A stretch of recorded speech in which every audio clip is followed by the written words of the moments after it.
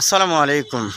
আসলে রাজনীতির ভিতরে কি আমরা বিএনপি যারা করি, বিএনপির ফেস্টুন বা আমি ছবি উঠাইলে আমি তো সবার আমার আইডি ঢুকে দিচ্ছেন।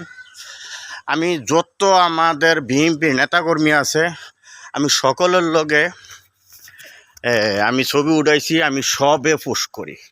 তখন অমুকে কয় হোমকের লগে আডো, তুমি কার লগে রাজনীতি করো?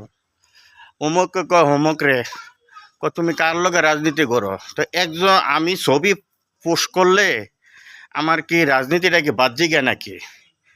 আমি মনে করি বাংলাদেশ জাতীয়তাবাদী দল যে করে সবাই আমার আপনজন, সবাই আমার ঘনিষ্ঠ। কিন্তু আমি বিএনপি করি, যুবদল করি, যুবদলে তো করি। এখন বর্তমানে আমার যুবদলের যুগ্ম আহ্বায়ক বানাইছে নাকি। তো বানাইতে গিয়া এখন আমি সবার ছবি সারি। আমারে অনেকজনে কিন্তু প্রশ্ন করে তুমি কার লগে রাজনীতিটা করো?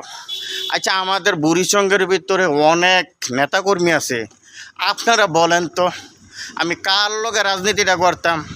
অমুকের লগে চললে কয় হোমকে খারাপ, হোমকের লগে চললে কয় হোমকে খারাপ। আচ্ছা, রাজনীতিটা কার লগে করতাম বুড়িচঙ্গে? আপনারা একটু আমার এটা বুঝে বলে দিয়েন তো, ঠিক আছে? আপনার কাছে আমার এই জিনিসটা আমি জানতে চাই, কার লগে রাজনীতিটা করলে ভালো হইব।